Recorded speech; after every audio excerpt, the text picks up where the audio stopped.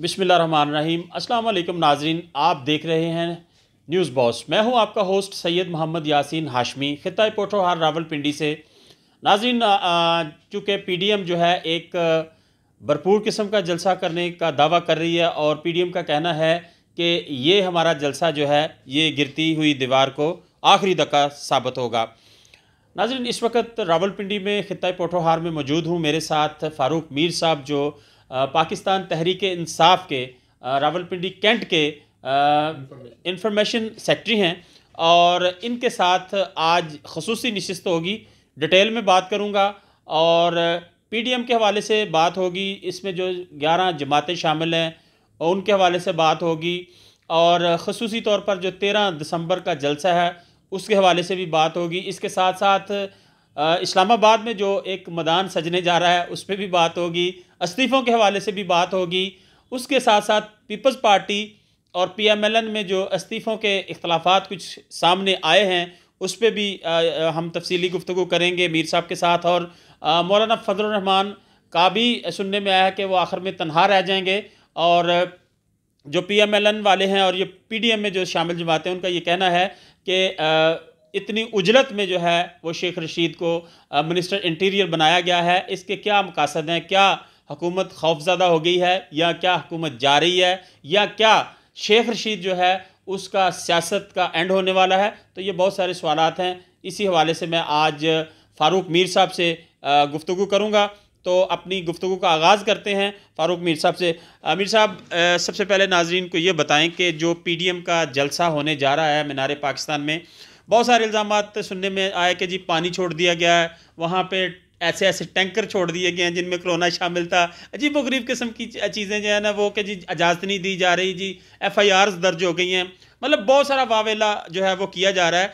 आप क्या समझते हैं कि ये जो जलसा या ये जो दावे कर रहे हैं क्या हकीकत है उनमें?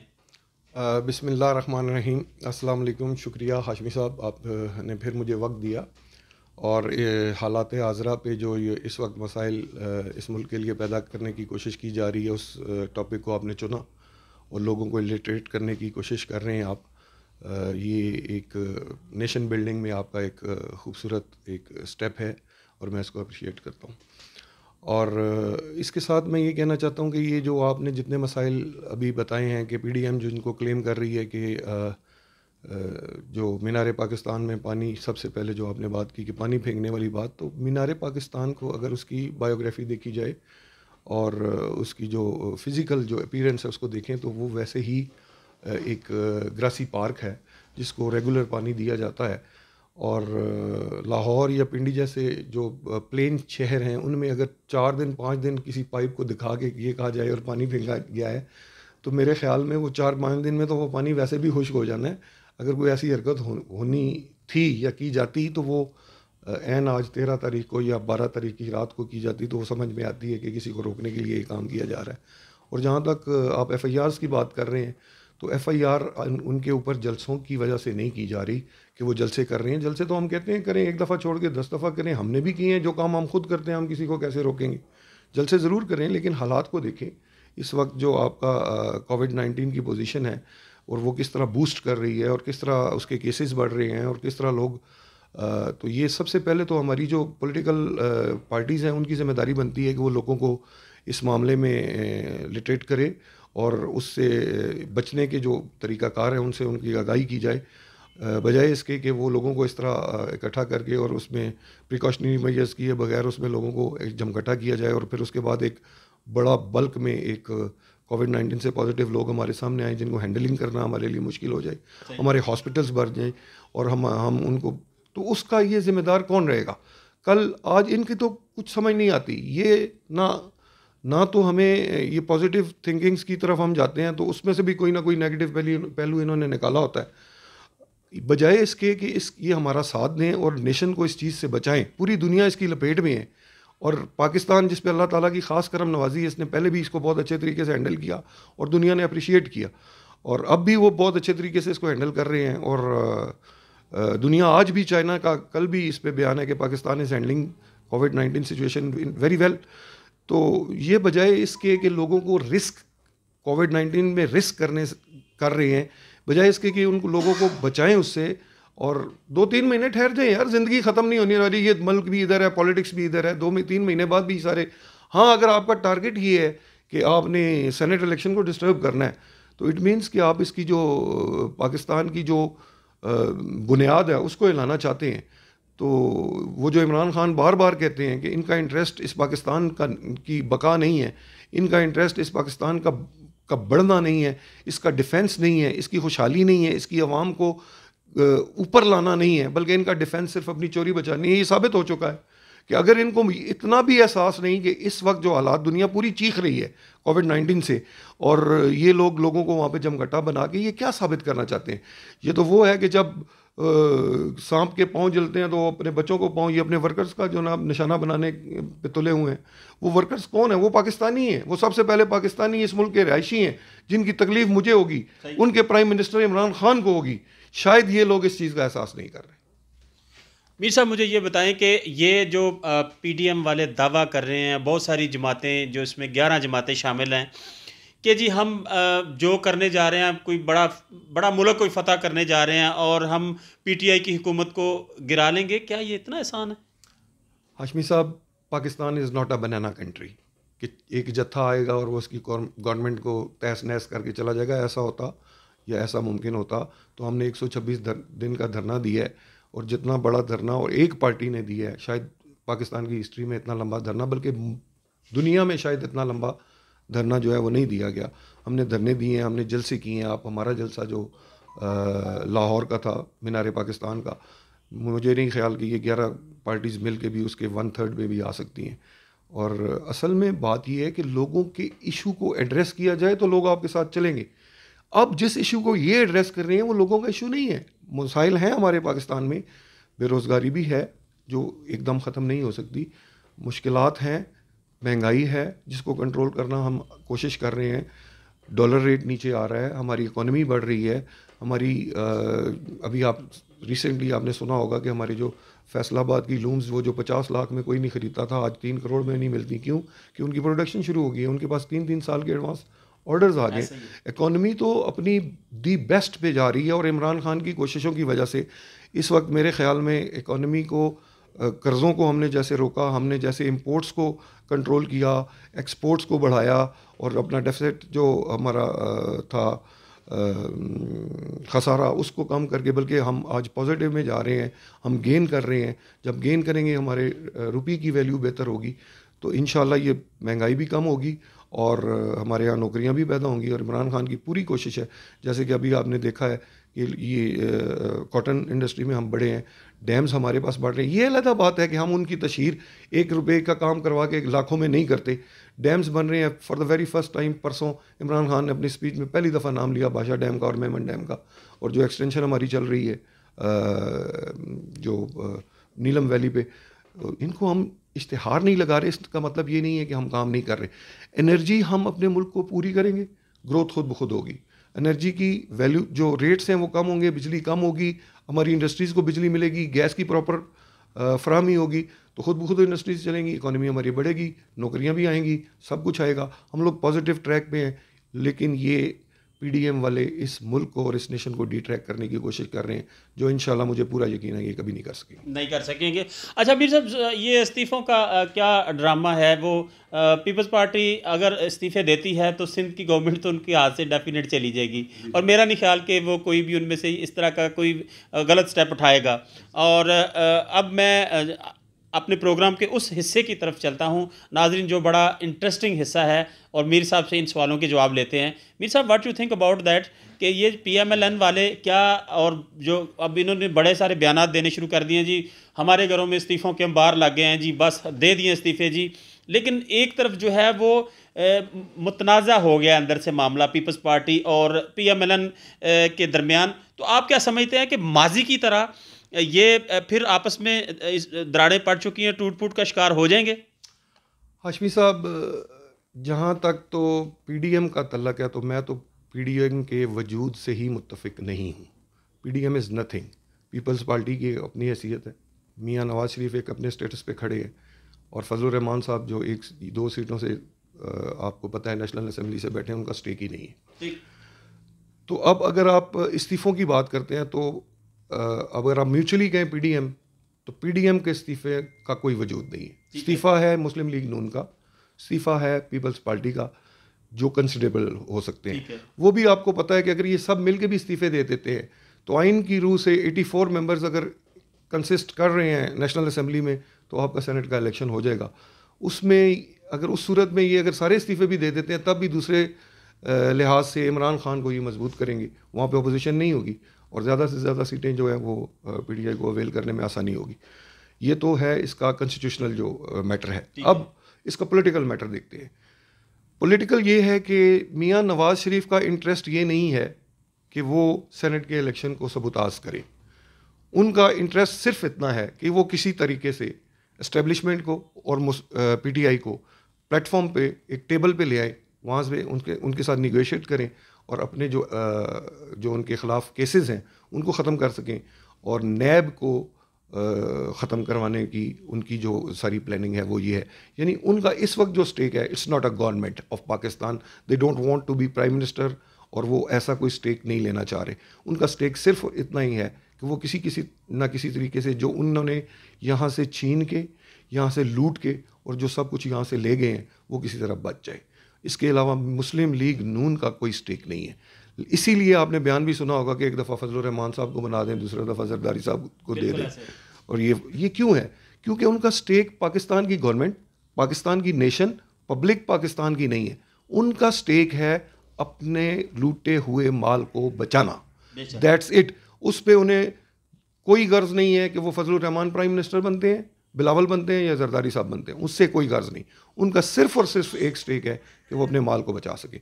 अब दूसरी तरफ पीपल्स पार्टी की बात करते हैं तो Peoples Party is a mature party. मैं उसमें 27 साल गुजारे, ज़बरदस्त, ठीक है। पीपल्स पार्टी ने इनको पहले आजमाया हुआ है।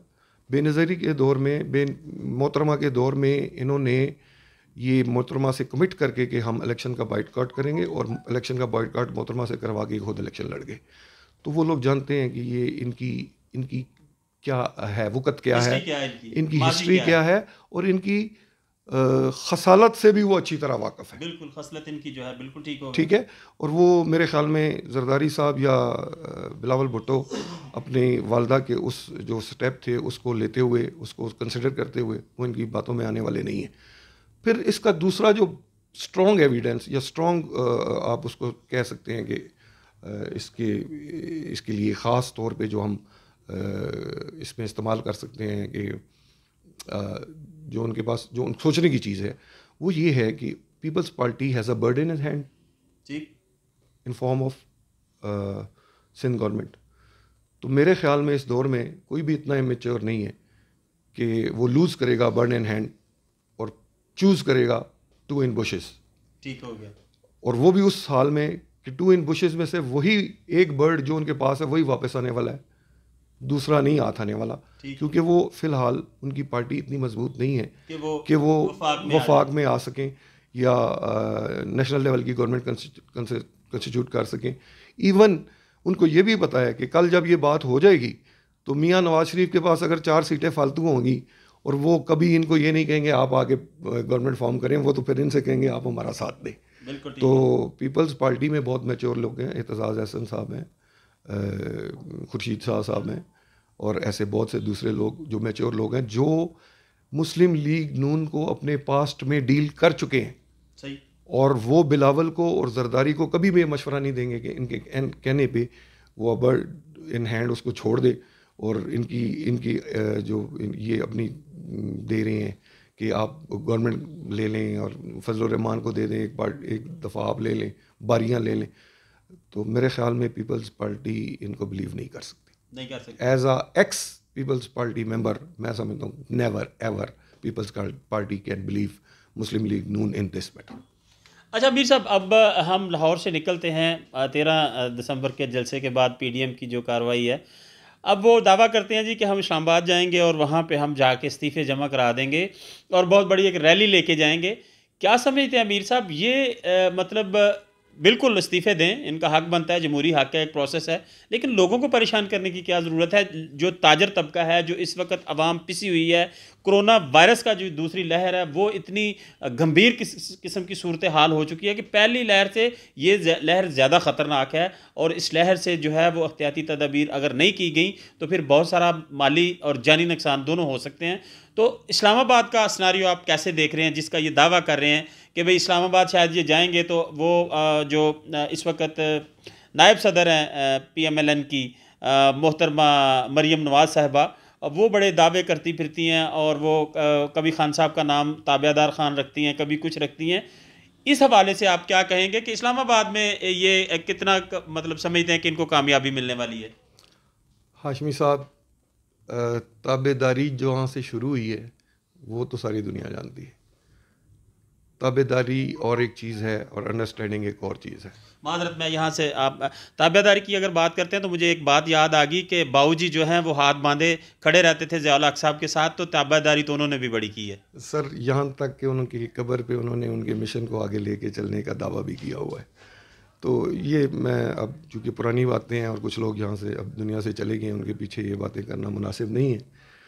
लेकिन ताबेदारी तो आज भी आप लोग मांग रहे हैं, ये अलग बात है कि वो नौकरी आपको मिल नहीं रही। तो बाकी ये जो आप कह रहे हैं कि ये जो इन्होंने अभी लॉन्ग मार्च करना है, तो हाशमी साहब, मुस्लिम लीग नून इससे पहले भी GT रोड की पार्टी थी, बट वो GT रोड अब वो GT रोड नहीं रहा। GT रोड पे अब लोग पढ़े लिखे हैं। गुड। इन्हीं लोगों ने अब इमरान खान को चूज़ किया है।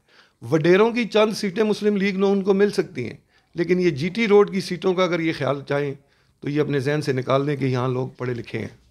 यहाँ लोग अब समझ रहे हैं कि किसने इस मुल्क को लूटा है, किसने इस मुल्क के लिए की बका के लिए जंग लड़ी है, किसको अपनी कुर्सी गंवा के भी इस मुल्क को बचाने की कोशिश में कौन लगा हुआ है, किसने इसकी जो एक्सपोर्ट्स हैं उनको कम किया है, किसने इंपोर्ट्स बढ़ाई हैं, किसने इस मुल्क का पैसा इस मुल्क में रोका है, किसने इस मुल्क को लूटा है, और किसने एवन फील्ड को 5वां सूबा पाकिस्तान के बनाने की कोशिश की है। तो मैं आपको ये बता दूं कि अब अगर ये चाहें कि GT रोड से पब्लिक निकल के इनके साथ लॉन्ग मार्च में शामिल होगी तो ये इनकी बहुत बड़ी भूल है। अब लॉन्ग मार्च इतने आसान नहीं होते। जब आप पब्लिक मैटर्स को एड्रेस ही नहीं कर रहे, आप अपनी जायदादों को, अपने लूटे हुए माल को बचाने की कोशिश कर रहे हैं, तो पब्लिक में उसका क्या इंटरेस्ट है? पब्लिक उसके पीछे आपके साथ निकलने के लिए तैयार नहीं है। महंगाई है, लेकिन वो इमरान खान की तरफ देखेंगे कि उसी ने इस महंगाई को कम करना है।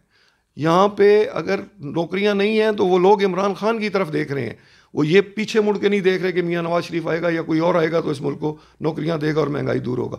आज भी लोगों की नज़रें इमरान खान पर लगी हुई हैं, और मुझे यकीन है कि मेरा लीडर इस महंगाई को भी कम करेगा, नौकरियाँ भी देगा, इस मुल्क को वो मुकाम दिलाएगा जो इसका हक है। और सबसे बड़ी बात कि जो इंटरनेशनल सिनेरियो में भी आप देख लें, आज हम वहाँ खड़े हैं जहाँ पे खड़ा होना चाहिए। जिन लोगों के नीचे लग के हमने इस मुल्क को तबाह किया, उन लोगों ने हमारी पाँव में बेड़ियाँ डाली, हमारे हाथ बांधे और अपने पॉलिसीज़ को हम पर इम्प्लीमेंट किया। आज हम वहाँ से निकल रहे हैं और वहाँ खड़े हैं जो हम हमारे साथ मिल के इस पूरे खित्ते को ऊपर उठाना चाहते हैं। खुद उठे हैं और दूसरों को उठाना चाहते हैं। मेरा ये कहने का मकसद चाइना का है। आज से पहले चाइना ब्लॉक में सिर्फ हम थे, आज चाइना के साथ भूटान खड़ा है, आज नेपाल खड़ा है, आज उसके साथ रशिया भी खड़ा होने के लिए तैयार है, ईरान उसके साथ खड़ा है, आज आपके साथ रशिया खड़ा है। यानी हमारे हमसाए तमाम के तमाम आज हमारे साथ खड़े हैं, जो कल किसी गैर की पॉलिसीज़ पे चलते हुए हमने अपने दुश्मन बना रखे थे। तो इस मुल्क को अगर कोई उठा सकता है, इस खित्ते को अगर कोई बढ़ावा दे सकता है, इसको खुशहाल कर सकता है, इस मुल्क को अगर उसकी अपनी हैसियत, जो कायदे आज़म मोहम्मद अली जिन्ना ने कहा था कि ये एक चमकता सितारा होगा, उस सितारे को अपनी आसमान पे उस ऊंचाई पे पहुंचा सकता है, तो उसका नाम इमरान खान है जो प्राइम मिनिस्टर ऑफ पाकिस्तान है। और मुझे अल्लाह की ज़ात और उस पर पूरा यकीन। अच्छा, आखिर में मीर साहब मुझे ये बताइएगा कि ये 13 जमातें या 14 जमातें या 11 जमातें जितनी भी PDM में हैं, ये क्या इन्होंने इतना तर्न वाला समझ लिया है कि फौरी तौर पे हम ये कदम उठाएंगे तो इमरान खान जो है वो हुकूमत छोड़ देंगे या उनको हम हुकूमत उनसे ले लेंगे? क्या ये मुमकिन है जो ये ख्यालात लिए फिरते हैं? देखें, इमरान खान ने बहुत क्लियर कह दिया है कि कुर्सी मैंने छोड़ देनी है, लेकिन मैंने इनकी करप्शन को नहीं छोड़ना। NRO नहीं मिलना तो नहीं मिलना। और अगर ये आज ये कुर्सी गिरा देते हैं और ख़ान साहब अपने प्रिंसिपल्स पे खड़ा रहते हैं, तो इस चीज़ की क्या गारंटी है कि ये दोबारा इलेक्शन जीतेंगे? कल फिर इमरान खान इनके सर पे होगा। मैं गारंटी से कहता हूँ कि लोग ये चाहते हैं कि जिन्होंने इस मुल्क को लूटा है उसका एहतसाब होना चाहिए। तो ये पहली तो बात, ये बनाना रिपब्लिक नहीं है जिसको एक जत्था आएगा, कुछ वर्दियाँ पहने होंगे और डंडों पे टेपे लपेटी होंगी और उसके साथ पीछे कुछ इंटरनेशनल आशीर्वाद से लोग खड़े होंगे जो इस मुल्क को छोड़ के भाग गए हैं, और उस मुल्क के उनके पैरोकार यहाँ पे नारा मारते हैं, एक बारी फेर शेर, शेर भागा नहीं करते, शेर मैदान में खड़े होके उसका मुकाबला किया करते हैं। शेरों से मिलने के लिए या उनकी कम्पटीट करने के लिए इमरान खान जैसा जिगरा चाहिए उनको। तो मेरे ख्याल में मैं आपको कहता हूँ कि ये सब नारे हैं, ये सियासी शोबदाबाजियाँ हैं, इसके अलावा कुछ नहीं है। अगर ये बनाना रिपब्लिक नहीं है, इसको बचाने वाले, इसकी हिफाजत करने वाले सरहदों पे भी इस हिफाजत कर रहे हैं और वो गवर्नमेंट का हिस्सा हैं, गवर्नमेंट के वो इदारे हैं। जब वक्त आएगा तो वो इदारे गवर्नमेंट के साथ खड़े होंगे, इन मुल्क लूटने वालों के साथ नहीं खड़े होंगे। मीर साहब, मेरे आखिरी सवाल का एक जुज़ रह गया था कि शेख रशीद का जो है मिनिस्टर इंटीरियर बनना, वो बड़ा इनको मायूब सा लगा, तो उस हवाले से आप क्या कहेंगे? शेख रशीद एक अरसा तक मुस्लिम लीग नून में रहे हैं, उन्होंने काफ लीग में भी काम किया है। वो इनकी मेंटेलिटी है ना मुस्लिम लीग नून वालों की, उसको समझते हैं, and he knows how to tackle them. ठीक, ये किस लेवल तक जा सकते हैं और किस लेवल पे इनको किस तरह डील करना है, इसलिए शेख रशीद साहब को यहाँ पे लेके आया गया है। शेख रशीद जो हैं वो एक बड़ा स्ट्रेट फॉरवर्ड, कॉम्पिटेंट मेंटालिटी और पाकिस्तान की सियासत की जो नब्ज़ है उसको समझने वाले आदमी है। मेरे ख्याल में this is one of the good step from Imran Khan, I appreciate. और शेख साहब मेरे ख्याल में वो उनको कहते हैं पिंडी बॉय। तो पिंडी बॉय जो है ना, वो जब रोड पे निकलता है ना तो शोर भी मचाता है और करतब भी दिखाता है। इन लोगों को इस चीज़ का पता होना चाहिए कि ये अगर एक कलाबाजी लगाएंगे तो दूसरी कलाबाजी इनके सर पे पड़ेगी। उसका नाम शेख रशीद है, वो इनको नहीं छोड़ेगा। ठीक हो गया। नाज़रीन, बड़ी तफसीली बातचीत हुई। फ़ारूक मीर साहब ने हमारे तमाम सवालात का बड़ा तफसीली और तसल्ली बख्श जवाब दिया। नाज़रीन, यहाँ पे मैं आपको बताता चलूँ कि इस वक्त जो कुछ जहरीले सांप जो है वो तागूती ताकतों ने छोड़े हुए हैं, जिसमें PDM, जिसमें PTM, जिसमें TTP और दीगर जमातें शामिल हैं। लेकिन I salute my all forces, Pakistan की जो फोर्सेस हैं, पाक आर्मी और दीगर हसास अदारे, मैं उनको सल्यूट करता हूँ, सलाम पेश करता हूँ। पूरी दुनिया मानती है अल्हम्दुलिल्लाह रब्बिल आलमीन, अल्लाह के मदद और नुसरत से और नबी पाक सल्लल्लाहु अलैहि वसल्लम की बरकत से और उनकी खुसूसी नज़र से ये तमाम अदारे इसी तरह कायम दायम रहेंगे क़यामत की सहर तक, और इंशाअल्लाह ताला ये पाकिस्तान भी इसी तरह कायम दायम रहेगा। और जो ये लोग करने जा रहे हैं, ये इमरान खान के लिए कुछ भी नहीं करने जा रहे। बेसिकली ये इस मुल्क के दुश्मन हैं, इस कौम के दुश्मन हैं। इनको सिर्फ़ और सिर्फ इनके मफादात के लिए मुसल्लत किया गया है। ये सिर्फ अपना फ़ायदा सोचते हैं, अपनी औलादों का फ़ायदा सोचते हैं, अपनी ज़ात का फ़ायदा सोचते हैं। इनके साथ निकलने वाली अवाम जो है उसको सोचना चाहिए कि जब बिलावल भुट्टो को कोरोना होता है तो वो क्वारंटाइन कर लेता है अपने आप को, और वो वीडियो लिंक पे ख़िताब करता है। क्या अवाम में वो खून नहीं? क्या अवाम जो है उस तरह के सेंसिटिव नहीं? क्या अवाम जो निकलने वाले बच्चे हैं वो किसी माँ के बेटे नहीं हैं? तो अवाम को अब ये सोचना चाहिए कि ये बड़े लोग सिर्फ़ और सिर्फ अपने मकासद के लिए अवाम को इस्तेमाल करते हैं। और ये भी कहा गया है बहुत सारी कहावतों में कि जब तुम किसी को अपना अमीर चुनो या किसी को अपना सरदार बनाओ तो उसके मफादात पर भी गहरी नज़र रखो कि वो तुम्हें कहाँ पर इस्तेमाल कर रहा है। यहाँ तारीख़ बड़ी पड़ी है कि ये दोनों पार्टियाँ माजी में अवाम को इस्तेमाल करके और कहाँ से कहाँ पहुँच गई हैं।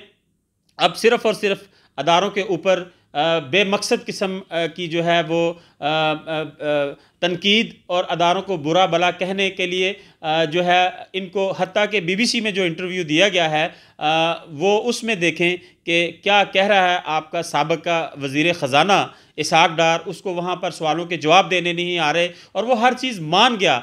वो बहुत सारी ऐसी चीज़ें जो यहाँ पे उसे वो क्वेश्चन नहीं किए गए थे और वो यहाँ नहीं मान रहा था, सिर्फ 2.5 मिनट के इंटरव्यू में तमाम लुबेलबाब बाहर आ गया, एक एक चीज़ साबित हो गई। और वो जो इमरान खान का बयानिया था वो दुरुस्त साबित हुआ।